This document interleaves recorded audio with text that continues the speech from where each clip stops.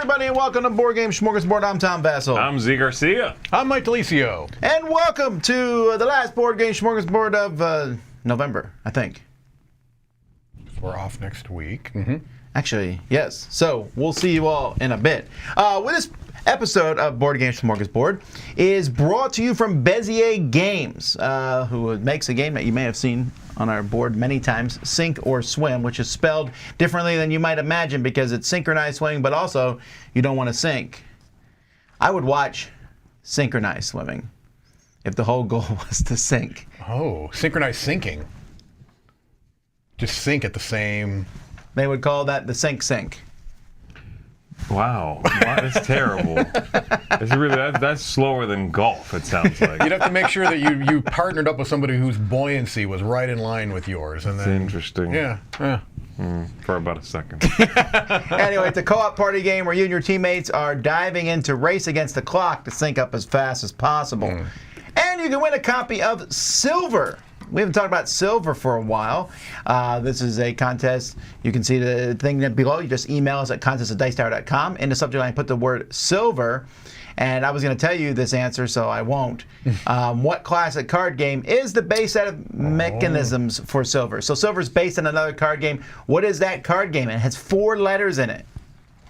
So that's my clue for the day. So anyway, I hope you win. You know who I'm talking to. Speaking of people I'm talking to, we want to say thank you to many of our Kickstarter backers. We want to say thank you to Lee and Sarah Birmingham. Thank you. Say thank you to Robbie Crane. Thank you. To Peyton Bedleon. Hello. Hope I'm pronouncing all these names properly. that Raphael Pino. Thomas Hill. It's an excellent name. Michelle and Michan the Cat. See how low we are to do shout-outs to cats. And Glenn Jingleman, which is a great name. For this time of year, man, that's Glenn perfect. Jingleman. Jingle man, jingle man. Common mail delivery by day, superhero by night. He rides a reindeer into battle. Jingleman. Also, we want to remind you again for the different conventions. Next week we will be off. We're building the new studio here and doing American Thanksgiving. And then the week after that we'll be at PAX Unplugged. That's only a couple weeks away. We hope to see you there if you're in that area and going there. Maybe we'll see you at the other end of a cheesesteak. Visions of cheesesteak dancing I in am their really heads. thinking about cheesesteaks. I am too. It's hard not to. And the donuts. And the donuts. I just hope I run into Jingleman there. I made the mistake last time of one morning doing 2 donuts. That I will not make that same mistake again. Why? What happened? What's wrong with that? They're fantastic, but that amount of sugar, I mean, because they're not small donuts. These you are got the sugar donuts. yeah. I didn't get the non-sugar donuts, Oh, Z, see, that that's don't the exist. problem. I had 2 delicious donuts, and then for the rest of that morning, I was. Well, I'm thinking of bagels. All right, folks. Let's get to the news. Stupid.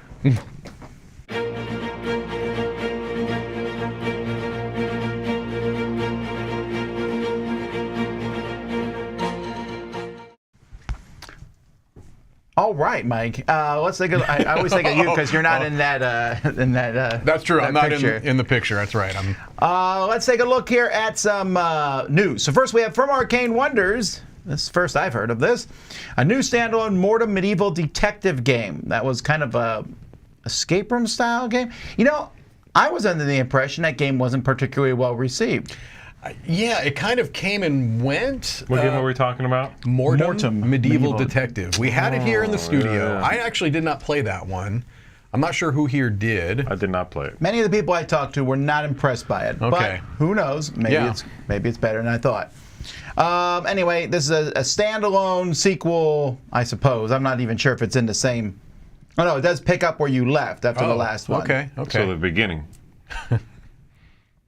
Yes, it's 100 to 180 minutes, but it's only $20. That's a pretty good deal. That's a good, yeah. I mean, so I'm guessing, I wonder if that means that the base game is also kind of one of those things that you play through. I don't know if it's replayable or not. If the stories are connected also. Right. I wonder. I do remember the original cover was very plain, and so is this one. I think a little more would go a long way on that cover. I agree. That cover does not make me want to play the game. It looks more like a book, and that's fine, but yeah. Okay, well, let's take a look at this next cover here. Triggs. Ooh. which makes me think of trigonometry for some reason. That sounds like the math teachers who are trying to be cool. Yeah. That's what they say. They're like, hey, welcome to Trigs. Yo, kids, welcome to Trigs. Get ready to have your mind expanded. But actually, there's a card, Roll and Write. Okay. It looks like an NSV game, right? I It sure apologize. does. I'm getting bored reading this. You are making the numbers 1 to 12 appear 2 to 5 times each. Drawn. Okay, anyway, it's coming. It's an NSV game, Yeah. like you said. They have a thing they do.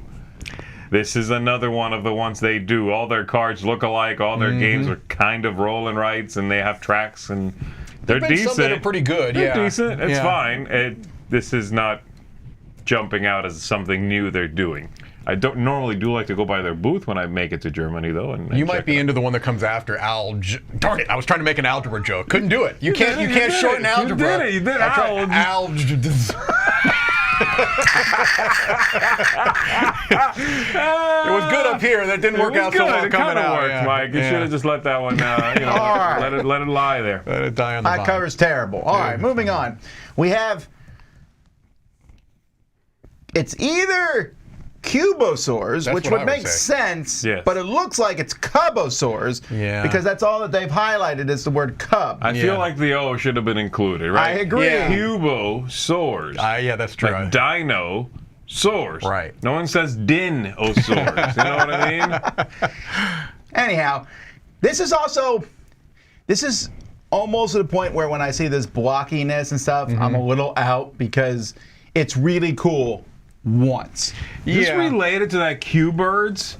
I don't know. This It's is from catch-up Yeah, games. that's what I was gonna say. I looked at a couple of cards. It looks like it's primarily a card game. And it looks, from what I saw, the back of the box. I saw a picture of the back of the box on Board Game Geek, and it looked to me relatively light card game, maybe a set collection type of a thing going on with that art style. Catch-up did make Q-Birds. Oh, they did. So maybe This it's is related. not the same designer, though. It's the Cube universe, though. The Q-universe. Q-Birds is spelled C-U, though, and then birds. Okay. They're really Wow, not. we've been yeah. mispronouncing it this whole time. It's Cub-Birds. Wow, they're really not. If it is in the same universe, that's really weird that they. Probably not. It's just weird. It's the same company that make Q-Birds and Cubosaur. No, it's got to be Right. the same kind of thing. It almost has to be, right? Also, I'd like to point out that there's not a single cube No, there's not. in But that picture. There is a lot of trigs going on there. I mean, that's definitely a mathematical creature. All right. It is not a day for covers, folks. Yeah. Time of Empires. We actually have this one here in the studio, and that game looks pretty interesting. That cover is a CD-ROM from 1996 from Firaxis. It's almost so. I'm sorry, Microsoft. So much like that I part of me wants to give them benefit of the doubt and I say know, they were right? going for something that's like purposely cheesy like that. You know what I mean? Pulpy. Yeah. I gotta tell you though, I'm really excited about this one. Yeah. I am. It's from Pearl Games. Right. Is that it, though? Because you really like Pearl. That's is that strong enough? largely it. That's Yeah. largely it. Yeah, I really like Pearl Games. They do not put out a lot of games. They don't. And the owner/designer of some of their games is always like a developer in the other ones, Mm-hmm. and I really like what they do. So, yeah, you're right. It's incredibly cheesy. It looks like a bad poster, or actually, the CD-ROM reference is perfect. Great. Yeah. But the game looks cool. I'm hoping that how kooky that image is comes through in the game. The sand timers don't worry you, or No. Okay. No. I mean, we'll see what they do, how it feels, you know? Each age of the game lasts exactly 9 minutes. oh, that's right. This was interesting because there's 3 ages, but it's an hour game time. Antiquity, Middle Ages, and So, modernity. 27 minutes of timed, and I guess that means that's about half of the game, and the other half would have to be like stuff in between, maybe? There's a lot of games that do that, and that's Yeah. my favorite way to Okay. do a time Yeah, I game is where agree. you have it timed, but then you go, all right, pause. Yeah. Okay, I'm actually pretty psyched about this. All right. Oh my brain is our next thing here. This is from Yeah. Bruno Catan. Do we have this one? We do, actually. Do we? Z had, you I got, bought this. He bought this imported from Yeah, I Catch got Up it Games, From actually. yeah, right. So I got it from France. Reviewed that. We played So you can that. check that out if you want to. We've done a review of this. Oh, you already reviewed it. Oh, okay. Yeah. It's a neat little game. It's a fun little shedding kind of. Yeah, card shedding, one of those empty your hand kind of games. So not the most innovative thing out there, but it does have a cute idea with these little brains and sort of zombie animals, right, where you're cycling your hand, and if you are forced to do something you got to give up your brains or take brains, I forget. Try not to run out of those. It's nice, little fun, quick loops with a couple of special powers. A neat look, very vibrant. You have to kind of be all in on that look. If you don't like that image, you're going to be bothered by this. But yeah, it's fun, and so obviously coming out from 25th Century now. Yeah, and they kept the same cool packaging, and if you care about that kind of thing, which I do, they kept the same look. Yeah, it's from Lumberjack Studios. Right. Is the original. 25th Century is definitely pumping out games at this point. Also pumping out games to the point where I'm not keeping up with them is WizKids. Yeah. I went just yesterday and looked on, what WizKids games have I missed? And there's 10 that have come out since the last time I've seen one. They've been pumping them out. The problem with WizKids games is they have no identity for me in that they're just all over the place. Like this one here, I mean, it's obviously the Micho's artwork. Yeah. But where did that come from? That's not a WizKid thing. Right. Right? It's just, this doesn't look like one of their games. I mean, that might be fine. You're turning Transylvania into the world's newest tech haven. It's a tile, but that, you know what though? Again, knowing WizKids, I could open this box and it could be the most boring looking game ever. Sure. There's always that. Anyway, this is a tile laying game with 4x4 city grid, and you're collecting vampire and pet meeples to live in your city. After 8 rounds, it's complete. Now, all joking aside, this whole build a grid and then score it at the end, we're starting to really reach the realm of critical come on mass now. here. How many of these games can we build? That does seem to be a very in vogue type of thing going on right now. Building a little thing in front of you, some type of a grid, whether it's cards or tiles, score based on placement rules or scoring conditions around the outside, or City building games have been doing that for a while, though. Yeah, but usually city building games don't have as much restrict. It's not usually. I want a city game to be a little sprawling. Yeah. This whole building a 4x4 grid, and it says it's after 8 rounds, so I'm assuming you're putting out 2 tiles per round. Right.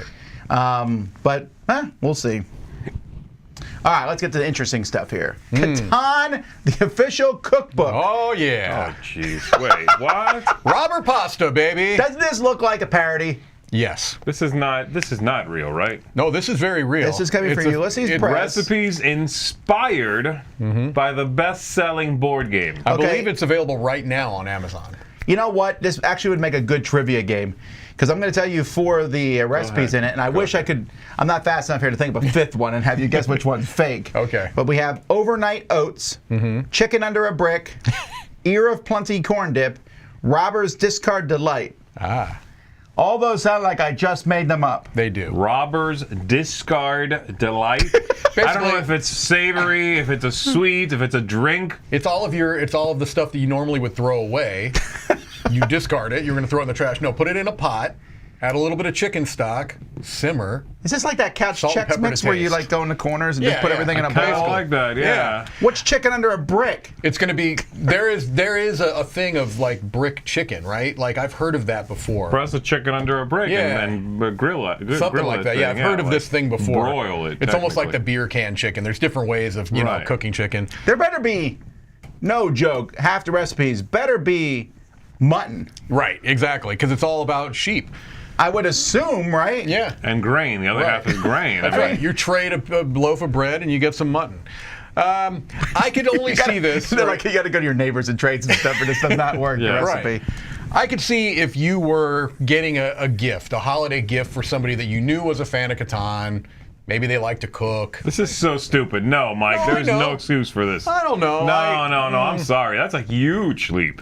I'm amused by this, but of course it's a huge leap. The next thing I'm not amused by, because I think this is a tax on the stupid, and that is the Catan lottery tickets.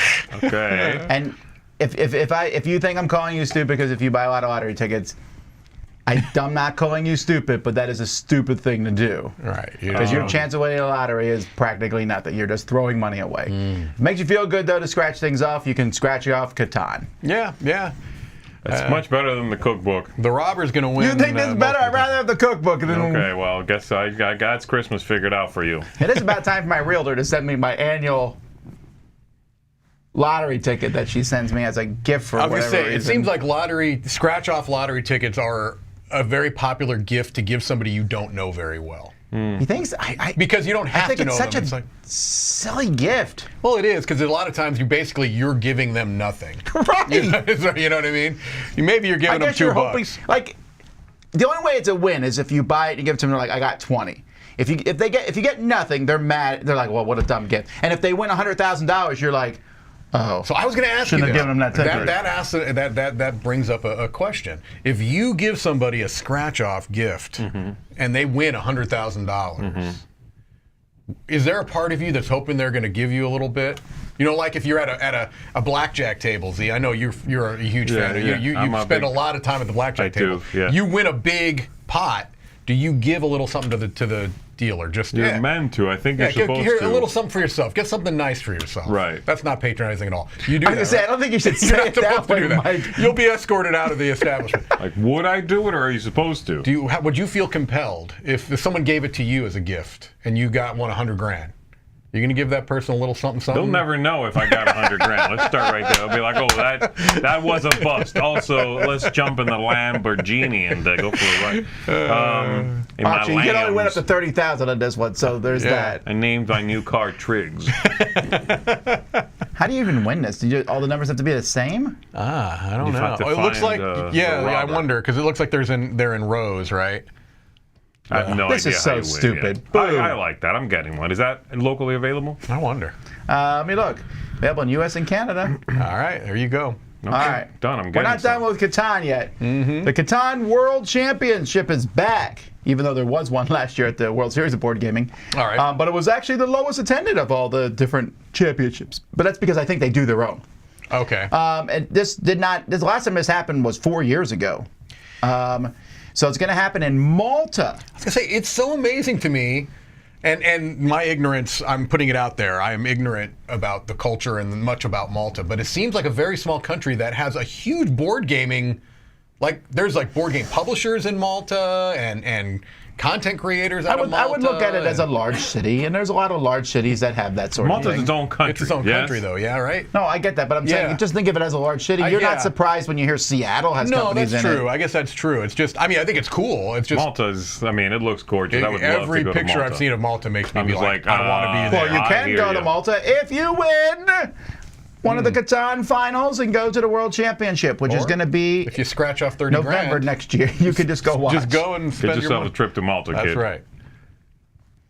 All right, we already had this mentioned this year in our Summer Spectacular, Hickory Dickory, which is actually not the only game about clocks to be announced recently. No, but this one's actually being released, right, into retail. This is coming out this quarter. Yeah. It's a 1 to 4 player game. You are controlling. We didn't know much more. We only knew about there's a clock in it. Right. Anyway, you control a team of mice. You're going on a royal scavenger hunt hosted by Lord Cuckoo. Insert name of your boss there. The mice are riding on the midden hand as they search for things, and then they'll jump off the hand to collect items. That's an interesting concept. I like that a lot. I am intrigued. I mean, it does look like, just from the aesthetic, it looks like it's going for like a family weight game, and I have no problem with that. I'm intrigued. I mean, I think Plaid Hat tends to put out good productions. I don't love all their games, but they seem to be nice productions and intriguing. It is weird that there's two games with almost the exact same theme that are being At the same time. Yeah, I think the other yeah. one's going to crowdfunding, Okay. but this one is coming out soon. So yeah. Alrighty, and then we have, I mentioned this briefly last week, Star Wars the deck building game, because that's what I thought that really cool cover was. This cover is anything but cool. Yeah. It's, I guess, iconic to see Darth Vader fighting Luke Skywalker. This is a new deck building game coming from Fantasy Flight, and apparently it's a head-to-head 2-player deck building game. That's kind of cool. There's a lot of 2-player head-to-head deck building games, the most popular probably being the space one. What is it? Star Realms. Star Realms. Yeah. My only concern with this is it's from Fantasy Flight, and when you look at those cards, and you didn't tell me anything about this, I would think it was a Star Wars living card game they just did. Absolutely. Well, I was gonna 5 say, years ago. this looks like a game that's been out for, you know what I mean? It's not a looker. It's not, no. The Fantasy Flight does a good job with their art. I like that they use art rather than stills from the movie. Is that art? Are we sure? Yeah, I think yeah. so. The cover Okay. especially, yeah. Okay. And they've always been pretty good at that. It's just that this looks like their other games. It does. It really does. But that doesn't mean it's bad. Did they say who the designer is? Caleb Grace. I don't know Caleb that Grace name. is the guy who's done all the living card games. like He's Marvel very involved in Marvel Champions Champions and Arkham, and he's one of their best designers right now, I would say. Well, that's especially not really for card games, shooting right? for the moon, but he's the lead developer of the Lord of the Rings. Yeah, you're right, and Marvel Champions. So therefore, he must be amazing. Well, he's very popular. He's been doing. I think this will be a good game. I'm just. Is it? I don't know. Are they gonna put out a pack every month? I don't think it's a living kind of thing. It doesn't have their little LCG thing. No, it's just a deck building game. Dominion is also not a living card game, and yet there's 15 expansions for it. This is true. There are? All right. This one looks cool. Let's go back to WizKids here. Age of Heroes. Now, the big thing here about this is it's from Rodney Thompson, and Rodney Thompson does not make many games. His most popular game is Lords of Waterdeep. Right. He did that with Peter Lee, I think, co-design on that. I'm excited about this one for a few reasons. One, because of he's being the designer. Two, instead of going to the tried and true MCU, they are going to the classic X-Men, which is a nice change rather than seeing yet another Captain America Iron Man game.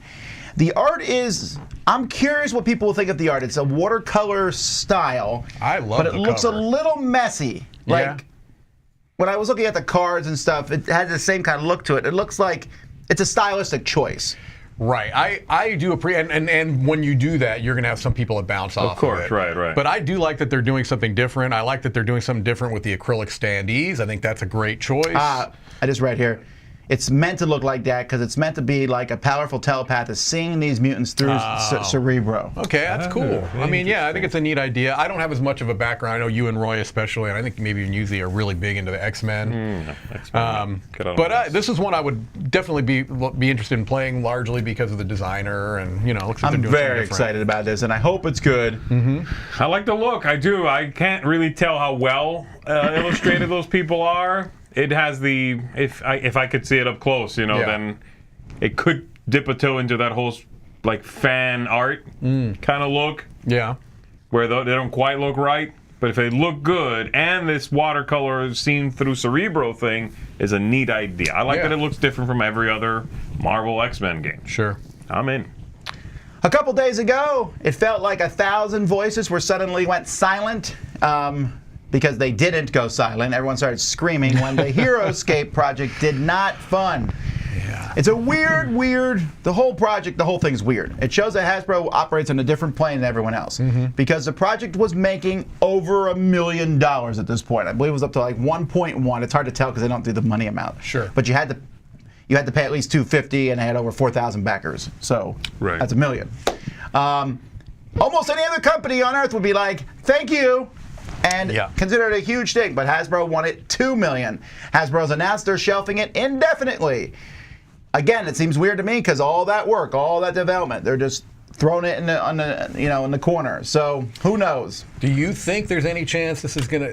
I guess there was a part of me that was like, they're going to produce it. If it, I also thought they're going to do it. But now I think they might be like some of those big movie companies who will shelf a movie for years and years and years and not care because they're making so much money elsewhere. Well, almost. Stay tuned in 1 minute. But yeah, it's kind of a bummer. But this was, in my opinion, one of the most mismanaged campaigns I've ever seen run. They have an amazing product that they know people want, and they made a lot of They had a Hasbro campaign. They didn't show half the game until halfway through the campaign. Right. They had one pledge level, which was $250. That gave you terrain. And if you're a fan of the game, you already have the terrain. Right. Sure. So you couldn't buy that. If you're new to the game, $250 is an incredibly big jumping on point. The miniatures weren't painted, which they said is because they're better quality and cost some money. Fine. But they needed to push the miniatures more then. And they didn't show good pictures of it. They also, one of the things a lot of people liked about Heroscape back in the day was, hey, I got Revolutionary War soldiers fighting against Vikings, fighting against gladiators, fighting against fantasy. This was all fantasy. Yeah. So it was, yes, they got the original, they got some really good people to work on it, and I'm sure the powers were good, but it looked like a terrible project from start to finish. It just didn't look good. And the box size for the game was ridiculous. It was like this high, like a box that wouldn't fit on anyone's shelf. I'd also say this as somebody that was not necessarily interested in the project and therefore maybe not the target audience.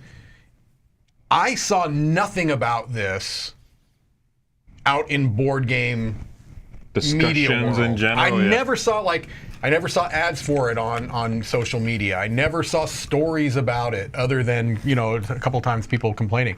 It seemed like, there are certain games that, especially that are this high profile, that you expect to see. I never heard anything about this. So does Hasbro not publicize how much they want for something like this? Is that part of the gimmick? No, they needed 4,000 backers.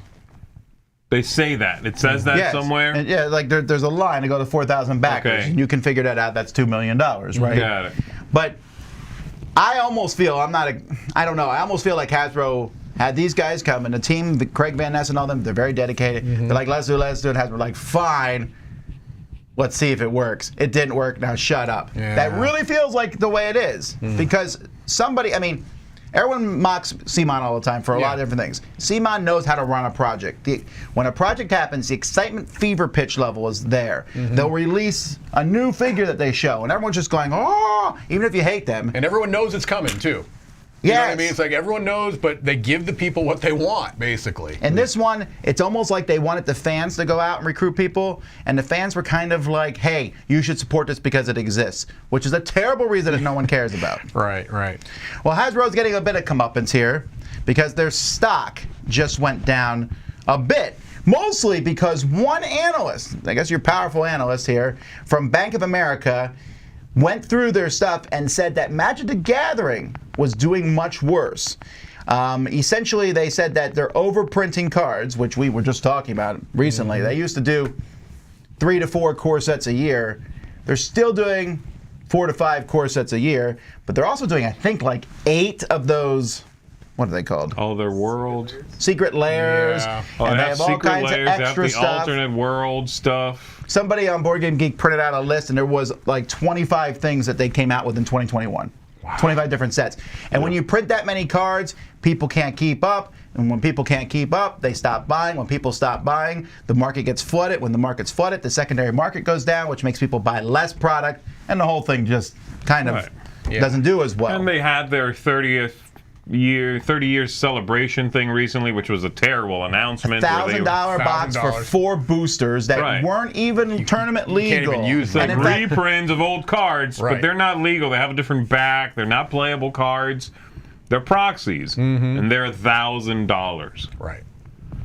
For 4 booster packs. I mean, so you might not even get something you're hoping to get and then do nothing with, but it's insane. That seemed a bit predatory. That was, that one felt pretty bad. There was some serious sting there, I think, for people who are fans of the game. It was really interesting, though, when you read the report from this guy. It doesn't sound like this person was some person who was like, what's this Magic the Gathering?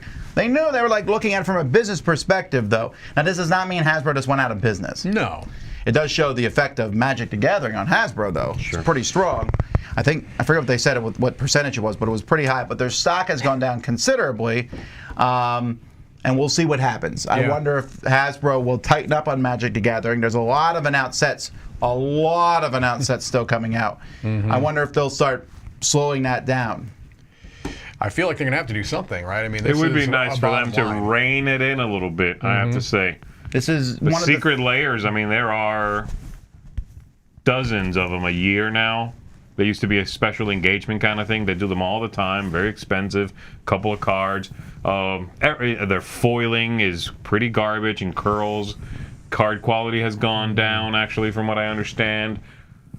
It just, again, it's like flogging that horse. Yeah. It's about to die. They're going to keep on flogging it. I do hope this inspires a bit of a course correction for the game. Now, I know there's going to be people out there talking now Magic the Gathering is dead, but I want to be clear that this has happened many times. I want to say around Ice Age, or there was a period where people said, oh, Magic's done. Magic's been around now for, 30 years? Yeah. That's a long time to be around and do this well. This is a down period, but I wouldn't count it out. No, I don't think it's going anywhere. I just hope it inspires change. It has such a huge community and a dedicated community that I think they themselves will keep it afloat. The company's going to have to do something to, It would be to nice. better serve that Yeah. community. All right, folks, that's the news.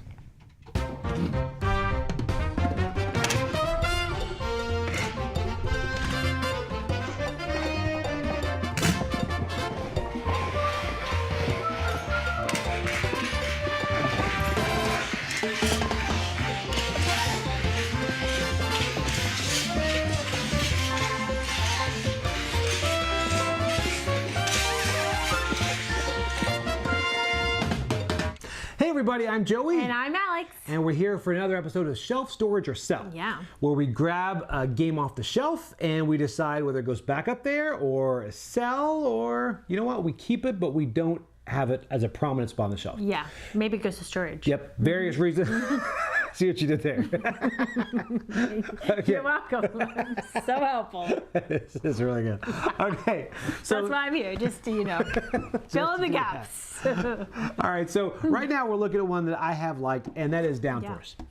Downforce we like, we've played it a lot. Yeah. And that's not the reason we're getting rid of it. Sometimes you Well, get spoiler. Yeah, sometimes, or we would be getting rid of it. Sometimes you do get rid of a game if you've played it too much and played everything, you pulled every bit out of it you could. This has enough variation that that's not the case.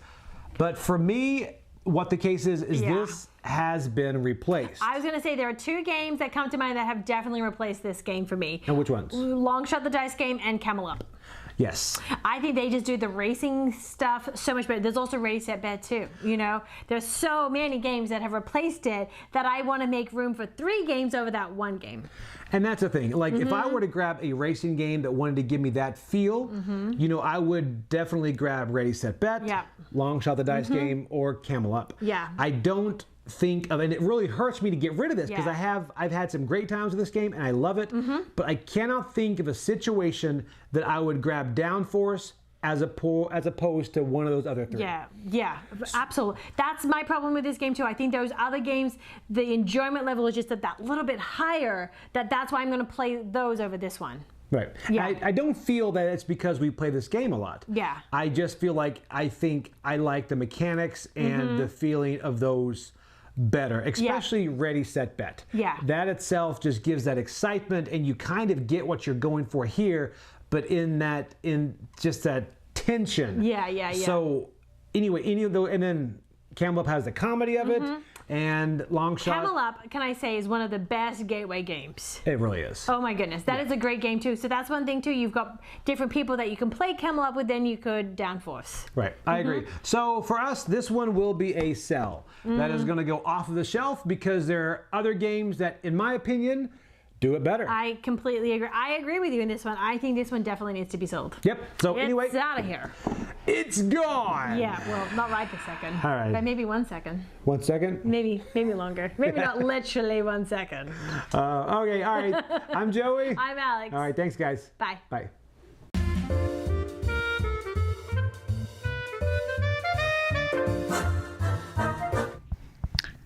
All right, today's topic, which was inspired by last week's talk about game sequels. Today we're talking about our top 10 movie sequels. Top 3. Top 3. Sorry. Could have I'm gone gonna top 10 on this one. But Well, yeah. I couldn't because I put restrictions on myself. Oh, of course. So the restrictions I put on myself were it had to be a number 2 movie in a series. okay. I did not do that. Okay. Well, no, I mean, I just did this for Yeah, myself. yeah. It had to be number 2 movie. It had to be not, in my opinion, a movie that's broken up into parts. An example of that would be Lord of the Rings.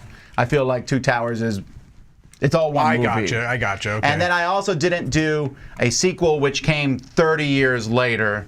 I think I broke maybe every one of those. Like, well, All right. again, I'm not Yeah, saying yeah. you guys that's just what I did. And when I Okay. did that and I went through, I does came down narrow to it. 5 movies. Why the last one? I don't get it. Because I don't know that the sequel feels like a reboot. I'm trying to think of one. I don't know. It might be on one of your lists. It'll be actually. on my list. Well, yeah. I can give you an example on my list. I know what it is. I know what you're thinking of. Yeah. I'm pretty sure it was on my short list. Okay. Yeah. Okay. Sometimes there's different characters and Yeah, stuff, and yeah. I don't know that feels like a sequel per se. It feels like a reboot, but And that's fair because the one it's the first one I'll be talking about. What is it? Should I just go into it? Yes. It's Mad Max Fury Road. Yes, that's actually the movie I was exactly I was thinking of thinking something else. Yeah, But that one does feel like a reboot a little bit. It does, but I went with it. And this was tough because I was kind of going back and forth between this and the honestly the movie hipster pick of Godfather 2, which is actually fantastic. That's not on your list. It's not. Wow, my mind is blown. That would be my number 4. Just because the reason why Mad Max is on there is because I went into it thinking there's no way this is going to be anything like, there's just no way you can do this. A completely different actor, how many years later. And to me, what the trick it pulls off is that it feels like a Mad Max movie. I mean, this is, the director and writer, George Miller, like he's got a very singular vision, right? And he created a new singular vision that doesn't look anything like the original. It's really Road Warrior because I know, Mad Max is different. Mad Max out, but it doesn't look anything like Road Warrior. But it looks like it came from the same person. You see what I'm getting at? DNA, right? It really it's like does. an update on that. It feels modern. It loses some of that sort of the heavy weirdness that the other one carried and didn't really age too well. Right. Thunderdome has a little bit of it. Road Warrior has a little bit of it. This one keeps the strange, the almost alien nature of it, but it feels modern. It does. And it's just, I went into it thinking there's no way this is going to pull it off. And I came out of it really blown away. That was a great. I remember we all went and saw that together. Yeah. That was a great experience. It really was. I really liked that movie. I didn't pick it because I look at that almost as a reboot, not a sequel. That's fair. That's fair. All right. My number 3 is Hellboy 2. The Golden Army, right? Is that what the subtitle is? I think that's what it is. I really liked Hellboy. I thought Hellboy was a good movie. I enjoy it, but I also felt, which I felt a little bit with another one of my favorite movies from the same person, actually same director, Pacific Rim. Guillermo del Toro, that there weren't enough fun characters, and if they were there, they were barely used. Like Abe Sapien is one of the characters, and he's barely used in the movie. It's been a long time since I've seen it, so and then same thing for Pacific Rim. There's the other big robots, and they're barely used. He's bad about creating characters, and I'm like, yes, let me see that robot fight. Oh, they're broken. You're right. Same thing with Pan's Labyrinth. That the hand, they're not in that movie very much either. I know that character. I don't remember that character being in it very much. Tonally, of course, incredibly different. But I thought Hellboy 2 went all in on the crazy creature creations, that alliteration much, that Guillermo del Toro is kind of known for. That's what he does. He's incredibly good at creatures and whatever, monsters, practical effects, all these things. So Hellboy 2 has tons of them. And jumps right into weirder, crazier, way more comic booky characters, bizarre stuff. So I really like that one a little bit more. It gives me, it feels more, I guess, graphic novel-esque. I have not seen any of the Hellboy movies. I probably need to. I don't know why. I didn't like purposely go out of my way. I just never went and saw them. They're not in my top pantheon. Okay. But I've also never been a Hellboy fan, so I like that actor. Ron Perlman, but yeah. All right, my number 2. Me and Z were just talking about this. 3, right? My number 3. Sorry, my number 3. Sorry, they're all numbered. It has number 2 in the title. That's what happened. This one is John Wick 2. Okay. So I never really got on the John Wick train. I saw the movie and I was like, oh, that's kind of cool. He shot a lot of people because they killed his dog. Got it. Spoiler alert. Whatever. That's in the trailer. That is the plot. But it was interesting, and it was, I almost thought it's another action movie. That's fine. The second one really opened up the universe to me. I know you think the second one's silly, but I really like the second one. The second one's okay. If I had picked a John Wick movie, it would have been Parabellum 3. 3 was good. Was better. 3 was good, but I really liked 2. Well, 3 expanded the universe even more, but 2 had the whole. He goes to the tailor, to get his outfit and his guns, and that whole the rules about the hotel and all these things. That wasn't in the first one. The first one was just a revenge movie. Right. And I know a lot of people like the first one a lot, but I really like the second one because it just opened it up. And oh my word, the action sequences were crazy cool. Sure, yeah. First one they were cool, but the second one they doubled up. I like the bad guy, the the multiple bad guys it was just really cool. Everybody in New York is. Although the bad guy from 3 is still one of my favorite bad guys ever, because he's like, "It's so cool to meet you. I love you, Joey. Now I'm gonna kill you." Back to me. Sorry. There's no sequence here. I'm waiting for the lead in. No. Bump, yeah. All right. My number 2 is coming from something that I know this is not going to be. You're not going to agree with me on this, but coming from, I feel like, the best comic book movie series of all for me personally. Called Marvel Cinematic Universe. It is not. My number 2 is The Dark Knight. Okay. I feel like those series of movies, for me personally, are my favorite. You know, Even the third one? the third one was still good. It was still very good. When you compare it to the other two, It has not aged well for me, the third one. I get it, but Some issues with that movie, unfortunately. I have some, but I still think it's a great. You know, it did not, to me, diminish the achievement of the three. But The Dark Knight, I think, is just almost perfect. I mean, from the acting to the set pieces to the writing. I mean, this is one of the movies that I think gave credibility, not that it needed it, because I think that's silly, to comic book movies, right? This idea that just because something is based off of a comic book doesn't mean that it can't be a affecting, emotional, entertaining, all of those things all up in one. It gave it some cred, right? Which, again, I don't think it needed, but I agree. I like the movie. It's too dark for me. That's why they make. I think it gave it maybe auteur cred. Right. And comic book movies had been fine by that point, but there were definitely comic book movies. Right. There were comic book movies and there were serious movies. Agreed. And this made it possible to make a serious comic book movie. Right. That looked real and felt real, and all of that. Well, and this is also my number 2, by the way. Oh, there you go. Okay. This is a crossover. All right. And yeah, I agree with everything you're saying. I think now going back from 2 and rewatching 1, it's small. Yeah. 1 feels kind of small. Right. Like they weren't really swinging for the fences. And obviously you didn't feel that when you first saw it. Sure. You hadn't seen anything past it. But of the 3, I definitely thought 2 was just incredibly well done. Everything about that movie is kind of a powerhouse move. Yeah, it is. From the opening to the last shot, everything is powerful in that movie. And well done. And not pretentious. It managed to not come across heavy-handed, which is an easy trap to fall into after you make a big movie like the first one, And you can't ignore, the impact that Heath Ledger had in that movie, Sure, right? It's a Batman movie, but in many ways it was his movie, right? Like, I don't... There have been some good depictions of different, enemies or villains or whatever, but that's just a very... It's just hard to even put into words how well done that role is. It is, really but good. every time I go back, I've watched it a couple times now, and every time I'm just like... Oh, I know. It's gutting. Yeah, it's terrible. The Joker's so bad in that movie. Oh, he's terrible. It's a great...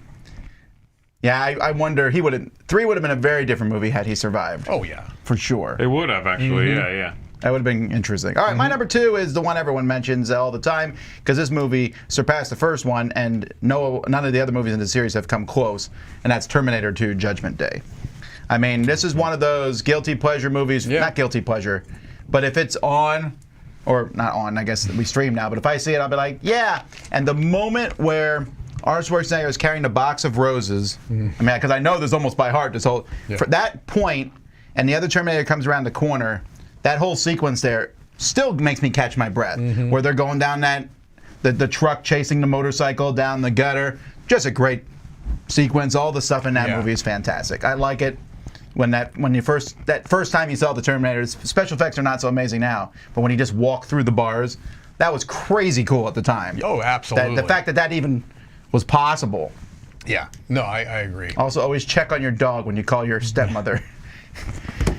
Man, so many good sequences in that movie. I really like it. Yeah, there really is. And the ending is incredible, too. It's very iconic. Yeah. You go back and watch that, there's very few bits of it I'm like, they could have cut that. The beginning's great. They show just enough of the future. Right. It's one of the few movies where someone has a vision of the future. Take note, Batman versus Superman. Right. That matters. Right. The ending is great.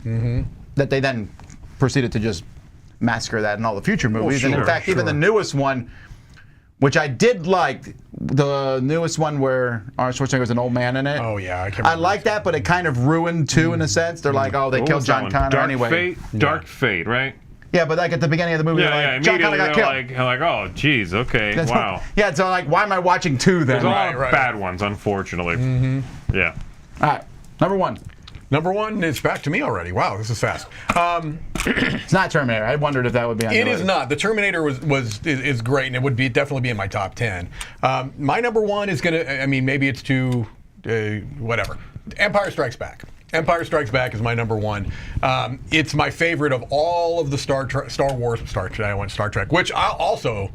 Wrath of Khan is in my short list too. But anyway, Empire Strikes Back, I remember as a kid, and we've already done the old jokes, but going to the theater to see this movie. Right. And what an impact it had. Yeah. And it's a movie that still holds up to this day because I think it's the best kind of encapsulation of this world. It's the best written movie, I think, of any of the Star Wars movies, and I think that's super important. And I know maybe I don't know. You don't like cliffhangers, is that right? I'm not a huge fan of cliffhangers, which is why it's not on my list. Oh my That is gosh. definitely, and I'm really glad I didn't have to wait 2 years. That to me, I when it's done well, cliffhangers are about as good as it gets. Like when I care enough that at the end of the movie I'm like, that means that the movie worked, right? That I Interesting. was invested. And I'm curious, Yeah. because you saw this at the movie theater, you Yeah. said, I don't know if you remember this, obviously, a long time ago, but was the reveal, the whole I'm your father thing, was that a big thing in the movie theater? that was a gasping in the movie theater thing, yeah. Because there were no spoilers really back Sure, of then, course, unless you knew right. somebody that went and was a jerk. That was just like, like audible gasps in the movie theater for That's sure. so interesting. Yeah. It was, it was That's almost not possible for that to happen anymore. right. No, You have to if you're going to go see a movie now, you have to kind of It's unfortunate. do but this the whole day. And that's if you're seeing it opening day. If you see it next week, forget it. Right. It's right. yeah, it's really unfortunate. And trailers will often do that themselves because they need you to go, Yes. I'm starting to watch fewer trailers for movies I like for that reason. Right. All right, my number one has been mentioned already. Terminator? Terminator 2, Judgment Day. Oh, I thought it was 3 for you. Terminator 3, Revenge of the TX-1000 Femme attack bot. No, T2 is one of my top 5 movies anyway. It's probably the movie I've seen the most, actually, ever. I used to Okay. have a VHS of this, and I watched it a lot.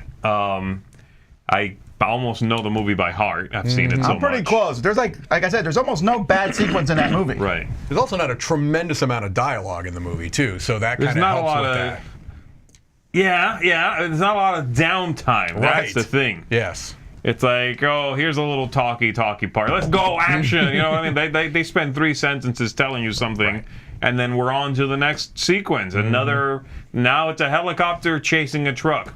Now it's a big truck chasing a small pickup. Now, I mean, it's like just Set piece after relentless, set piece after set you know? piece, yep. I think the bad guy too.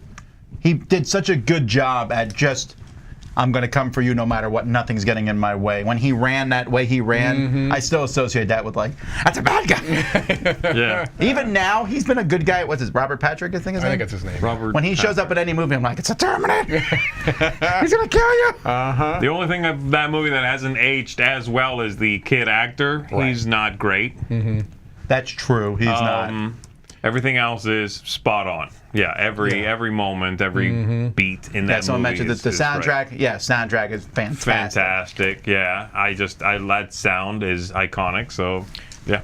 And I'm interested with your number one because there's something I want to say that I think is a controversial take, but I want to see what your Number one is a superhero movie. Okay, then it's not. I don't Okay, have to there's a worry about lot of superhero movies out there. Guess. I'm gonna So guess.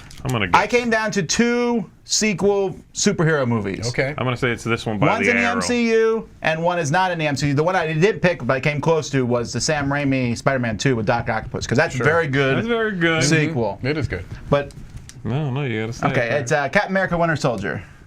Yeah, well, that's the only. Like Avengers 2 is not better than Avengers. Avengers 2. Iron Man 2 is not better than Iron Man. Thor 2 is definitely not better than Thor. Although I would put Thor Ragnarok, but I made the rule the second Sure. one. But Captain America: Winter Soldier, holy cow, that's You're a good right. movie. It is That is fantastic. acres better than the first one. Yes. And it has a good supporting cast: Nick Fury, Black Widow. The bad guy is the bad organization, Hydra. And the sequence in the elevator is still one of my favorite sequences in any movie. Also had a great payoff in Endgame. Yeah, that's true. And I think these are becoming some of my favorite directors because it's the Russo brothers, Russo right? brothers, Right. Yeah, I just saw the Gray Man that they did, and yes, that movie is very mindless, action-packed, but I like the way they do action. Yeah. Their action sequences are fantastic. And so there you go. Yeah, that was on my short list Interesting. too because again, it's a pretty relentless movie too. Yeah. It's got a lot of good actions. The last time I saw it, I was watching, and at one point I forget what was going on, but then it cuts to like the street with Nick Fury in the truck, and I'm Yeah. like, I forgot about the sequence. This is a great 10 minutes I'm about to watch. That whole thing is fantastic. It kept reminding and surprising me of these moments that I hadn't seen in a while that were just fantastic. It's a good collection of scenes. What's your controversial So my thing? controversial take is that a movie that is often mentioned in these types of lists as being the sequel is better than the original is Aliens over Alien. And while I think Aliens is great, I so much prefer Alien to Aliens. Well, the first one's a horror movie, really. That's and right. the second It's is an an action action movie. There's horror-esque moments, Yeah. but it definitely leans more on action. Alien leans way more on horror. Right. And I think more people like action than horror. That's probably fair. I think that is the big delineation factor. But to me, it's just that claustrophobic feeling that they're able to pull off that tension. also Bill Paxton. Yeah. Come on now. I mean, Bill Paxton is great. We quote him in that movie more than almost any other. Bill also Paxton is an think- underrated actor in general, I think. I don't know. It's also maybe the fact that I feel like Aliens. There's been a lot of action movies. They might have aliens, they might not. They might have creatures, they might not. Whatever. A copy of Alien is very obvious. Yeah. Which then makes you go back and feel like you've seen a lot of that. Yeah. You know, when somebody copies Alien, claustrophobic, something's hunting you, dark corridor kind of thing. It has become its own issue because it's so copied. That's true. It's like seeing the Matrix jump. Now, you see that now, you're like, tacky. And you're like, Right. oh, no, wait, sorry. You were first. Yeah. You know, Alien has unfortunately fell a little bit of a victim to that. But you're right, that's a scary movie, and it's old. It's got some years on it. Sure. It doesn't all hold up, but the parts that do really do hold up. I will say, when I made this list, I went and looked through the top grossing sequels of all time. I looked at the top rated Story sequels 2. of all time. I went through all these lists, and I realized that by and far, most sequels are pretty terrible. Yeah, Or they're yeah. just not as good as the first one. Right. Or in some cases, they're like Toy Story is a good example. I really like Toy Story 2, but I think the first is better, and I think the third is even better than that.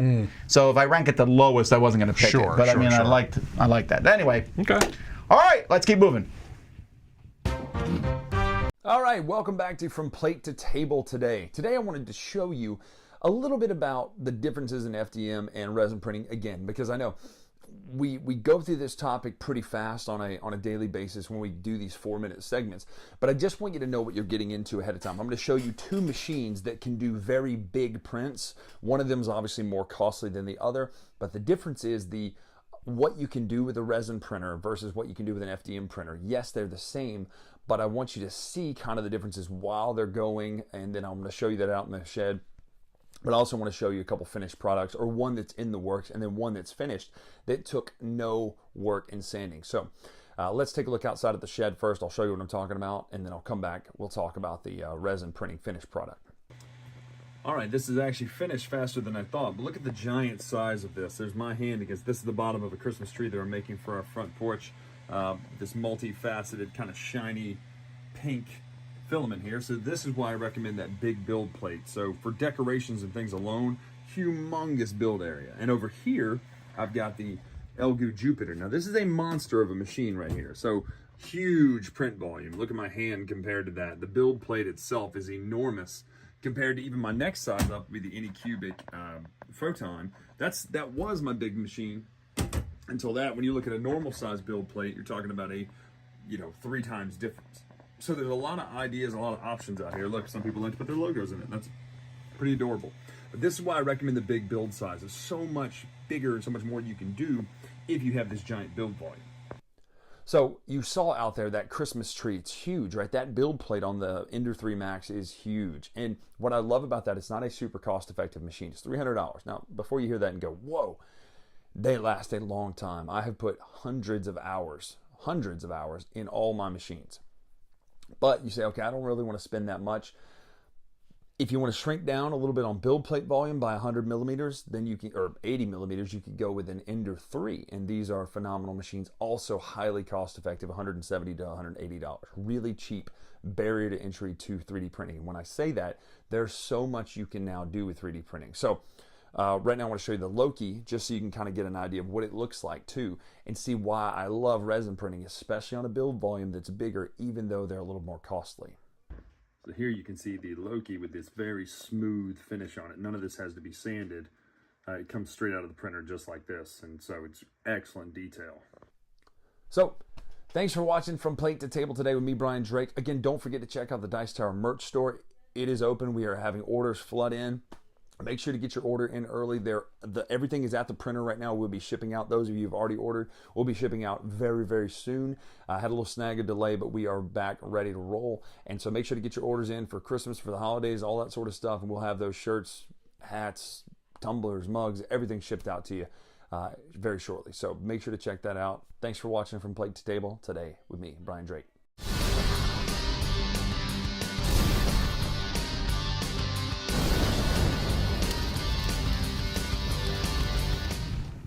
Earlier today, in our news segment, we talked about the fact that Heroscape was selling for $250, and that was one of the reasons a lot of people didn't buy it. And many people have talked about how when we first talked about that, people were like, but think of the value. Mm-hmm. But $250 is still a lot of money. Yeah. When I first got into the hardcore board gaming, I remember when a game went over 80. Yeah. And it was the Fantasy Flight coffin boxes. Yeah. That were like 80, and that kind of blew my mind, and that was an expensive game. But I was curious what people thought was expensive now. So I put a poll up on our channel, and I said, at what price point does a game become expensive to you? And I just put in 60, 75, 100, 150, and 250. Okay. And I know I can only put in 5 options on these polls, so I couldn't make the spread bigger. And I also, many people in the comments mentioned, it all depends on the game, it all depends on my financial situation, and I get that. Stipulated. Yeah. We realize, before someone says it, I realize for sure that the average person spending more than $30 for a game is expensive, because they're going to go to the store, they're going to buy mass market games. Those games have terribly produced components, Right. so they make them fairly inexpensive. Or they're small card games like Uno or something like that. Right. So for the purpose of this conversation, I'm talking about people who watch our show, people Yes. who are here. So of these things, 23% said 60 or more, 31 said 75 or more, 31% said 100, 10% said 150, and 4% said 250. Okay. Which makes 45% of people, it was over 100 or more, which surprised me because I thought it would be a lower number than that. Because for me, I think if a game's over 100, that's when I consider it expensive. Again, taking out like, oh, this little game costs 50, that's expensive. Right. I get Of that. course, right. But to me, if you just say a number, there's a new game coming out, it's 110, I'd be like, woof. That's my general reaction. What about you? So these value proposition conversations are tough, and you've outlined many of the reasons why. So with all of those stipulations in effect, I guess the way I look at it is that I still feel like board gaming in general is a good value proposition. Value for money proposition. Because I think about it as if you're sitting down at a table with 3 other people, okay, and you're playing a game that costs, let's say, $120, all right? If you're able to play that game 2, 3, 4, 5 times, that to me is a pretty good value proposition when you consider other ways that you might spend your disposable income, because let's be clear, that's what this is. If you're spending your disposable income on entertainment. Going out to a movie and a dinner is going to cost you more than that. I mean, even if you're going to McDonald's, right? If you're going to go to a movie and a dinner, it's going to cost you somewhere in that range for 4 people, right? And I just feel like the interaction, the fun, the enjoyment that this provides is a good value proposition. So do I think that there are projects that I look at them and they come across as being overpriced? Yes, but I don't think that that's the rule. To me, that's the exception.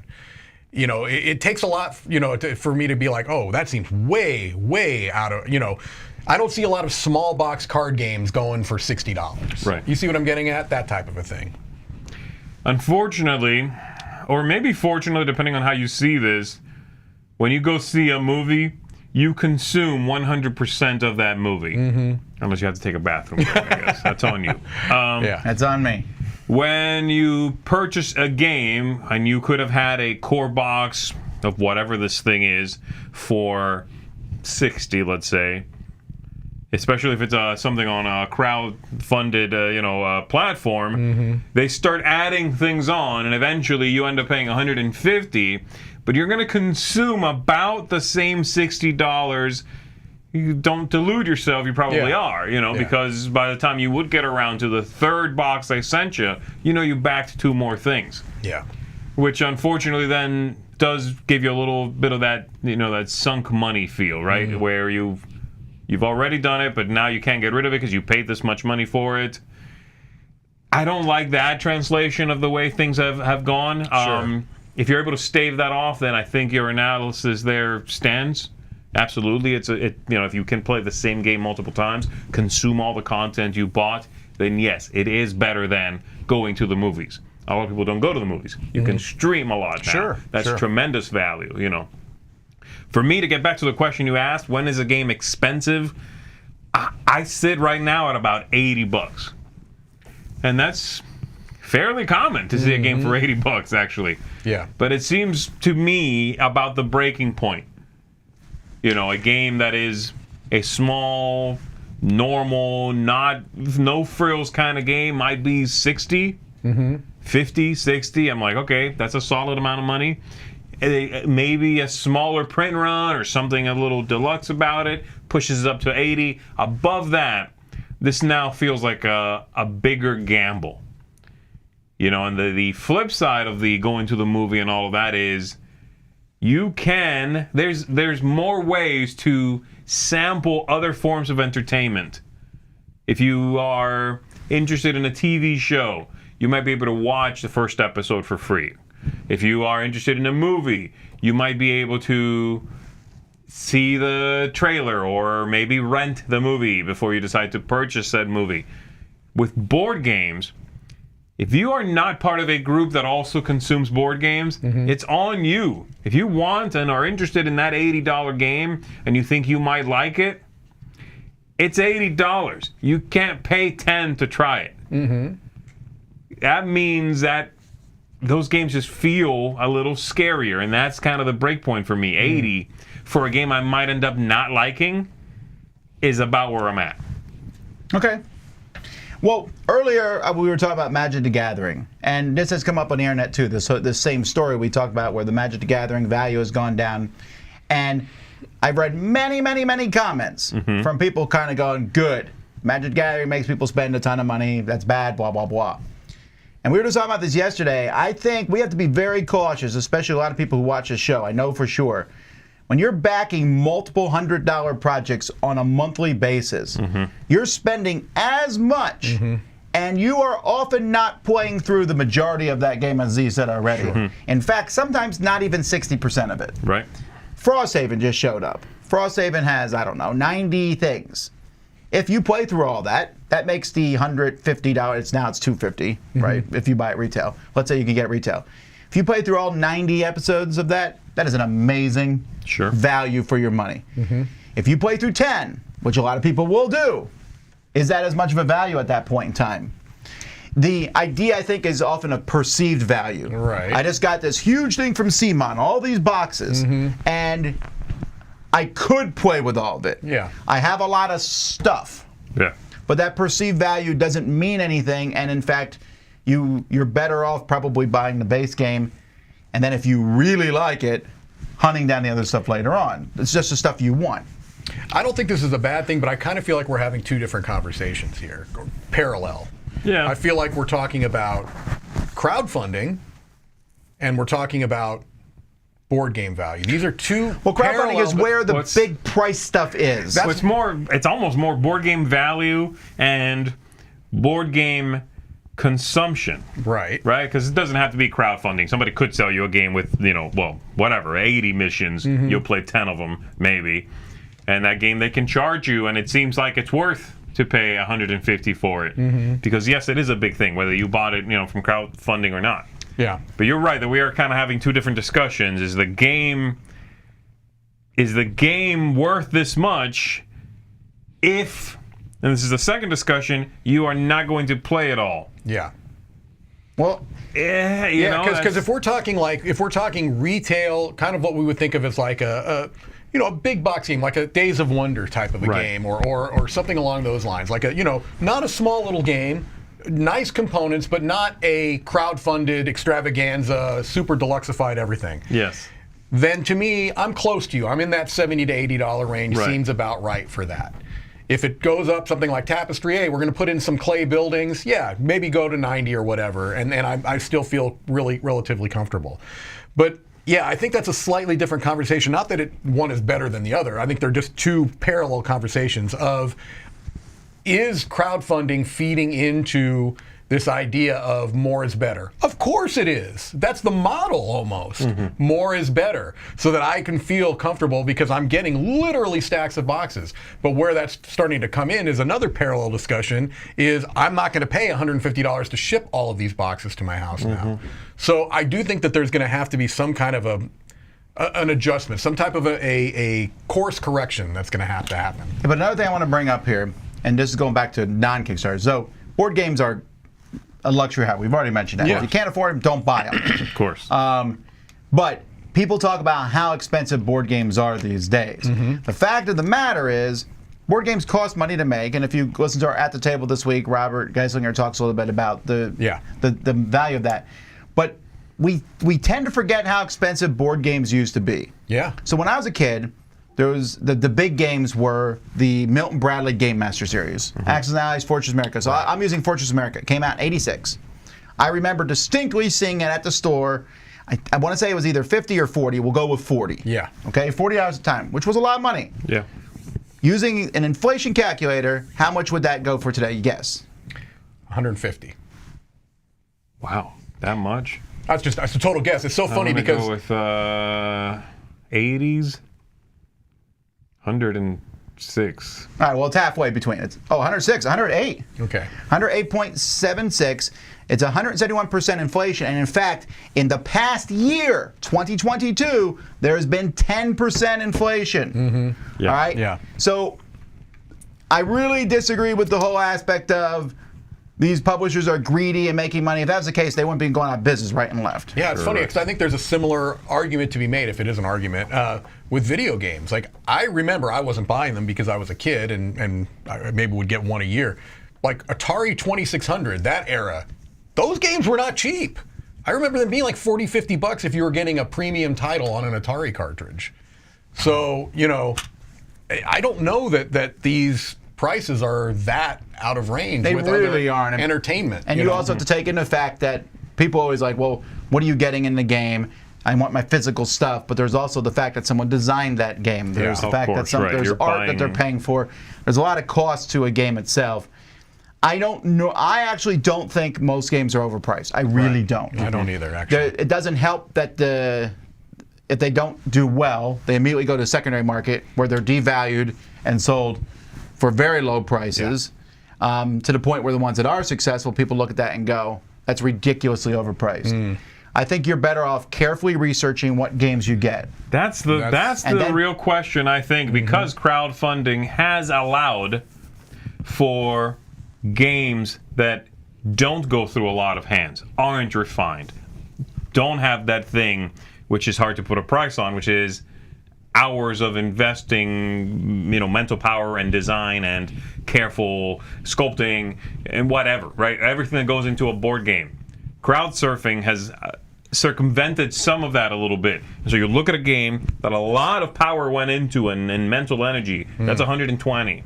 This one over here that was barely play tested is 120. Has big old miniatures as well. But that one is going to make this one that was carefully curated seem or be harder to find, because this is muddying the waters a little bit. That's an unfortunate side effect of that. Yeah. There is no way to tell. And again, there's no way to really preview that. You gotta have to buy it. And then you try it and you go, oh, this is not one of those. Yeah, there's a little bit of the tabletop simulator thing has alleviated some of that, but I personally just don't tend to do those because I don't even feel like I can get an accurate feel for the game. Yeah, and That's I just don't me. even want to say, and again, when sometimes you talk about stuff like Tabletop Simulator, Yeah. the percentage of people who are doing that, Very who want to small. buy the game, is very tiny, and it's also asking me to do something Right. that I shouldn't have to do. Sure. The thing about, like a movie, a popular movie comes out, and you go, I don't know or not, there's reviews. Your friends will be like, oh my word, you got to see this movie. Or, ah man, you should skip this one. With Kickstarter, we're being asked to put our money down instantly, Years which in makes it a advance. more expensive proposition. Sure. And I'm not saying Kickstarter's bad, but I do think Kickstarter has made games more expensive in a sense. I agree. Yeah. I agree. Yeah, I think that it has raised people's tolerance levels for the amount of money that they'll put in a title. Yeah, I agree. But I also am pretty strongly opinionated that if someone comes to me and goes, that $50 game's too expensive, I can't afford it, I go, okay. Yeah. I think as board gamers, we should never browbeat other people like, oh, you should get this. If they say I can't afford it, they shouldn't buy it. No. Period. No, it's not And to even a act question. superior, if you've been blessed with a job with a lot of disposable income, that's fantastic. We're blessed here because we have a job where we can get the games easier than many people. But that doesn't excuse me from being like, well, if you get this, you should get all the expansions and you should get everything, and you don't have this weird promo.